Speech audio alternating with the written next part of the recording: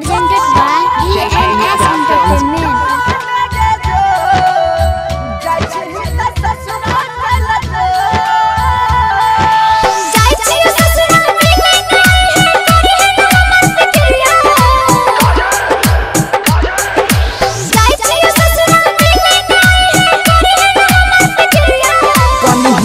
हमरा खातिर कहियो खाइले बाप के क्रिया आरो अभी नहीं हमरा खातिर कहियो खाइले बाप के क्रिया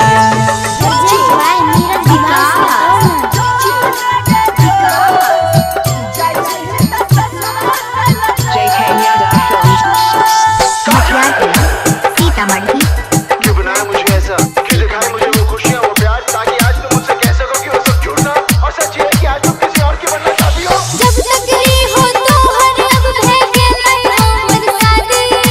ससुरा में जाके याद न करिए जो भी औरम जादी धीरे छोड़ा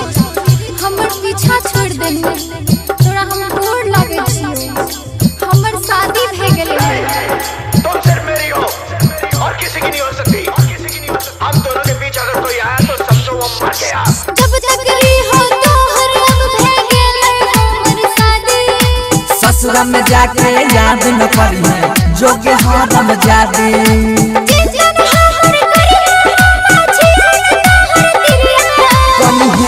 हमरा खातिर कहियो खाइले बाप के क्रिया आरो अभी नहीं हमरा खातिर कहियो खाइले बाप के क्रिया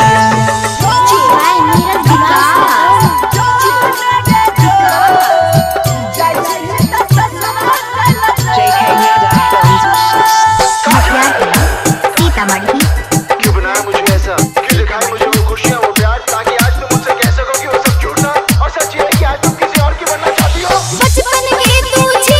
अरबा हम छियो तोहर यारी यह सोच के हमारा संग में कोई नहीं गोजा जारी ई सब समय के खेल छियो ये हाथों ने सिर्फ हथियार छोड़े हैं, चलाना नहीं भूले। अगर इस चौखट पर बारात आई तो टोले की जगह उनकी अर्थियां उठेगी और सबसे पहले अर्थी उसकी उठेगी जिसके सर पर सहरा होगा। बचपन के तू छी अरबा हम तोहर यारी यहाँ से हमारा संग में कोई नहीं बड़का गोजा जारी कहां छमचा माहिर मन से तोरा नजरिया नहीं हमरा खातिर कहियो खाइले बाप के क्रिया आरो अभी नहीं हमरा खातिर कहियो खाइले बाप के क्रिया।